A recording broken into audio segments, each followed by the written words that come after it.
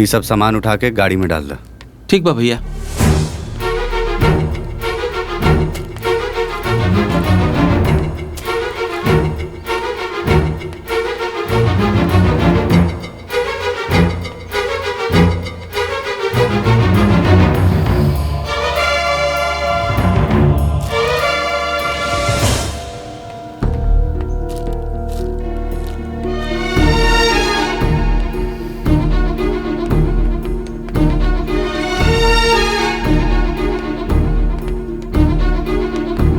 ए बबनी, ये सब सामान कहाँ जाता?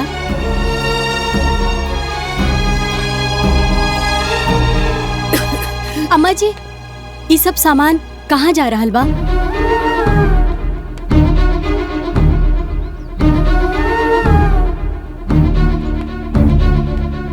दीदी,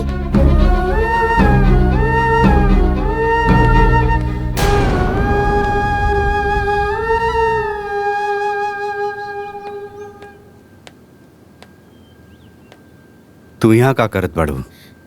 जा तैयार हो जा। काहे? काहे का? तारा जाए के बाना? तहर बाबूजी गाड़ी लेके आयल बाड़े, देखत नहीं को सब सामान लोड होता है। जा तैयार हो जा। जा।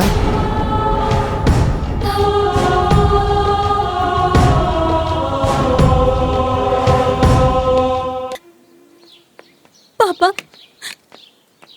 हम केहू के पैर ना छुअनिया, हम पैर छू के आवतनी। अभी कर कौनो जरूरत नहीं है बेटी। जरूरत बा पापा, वो हमार सास ससुर जेठ जेठानी हलो। प्लीज पापा हमके जाए दी। अभी घर से तोहर कौनो रिश्ता नहीं है बेटी। आज के बाद ना रही, लेकिन आज बा पापा, प्लीज जाए दी, प्लीज प्लीज जाए दी।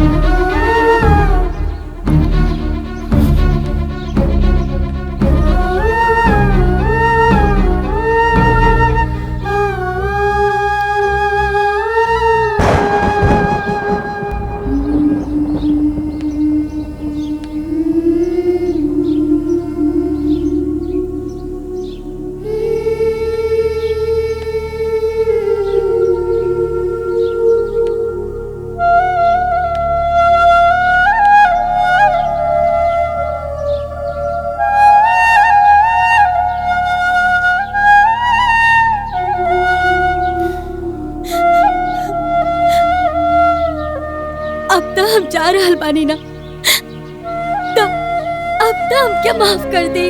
तू अपना मर्जी से जाता डू, तारा जाए के कर लिया। तारा अपना गलती के एहसास हो गई। हमने की सब के तारा के माफ कर देनी जा।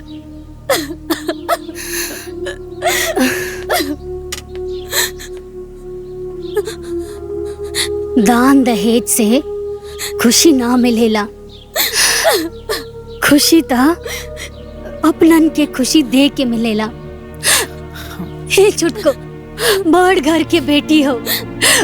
हे छुटको, बाकी पतो तो हमनी घर की हो ना। हाँ?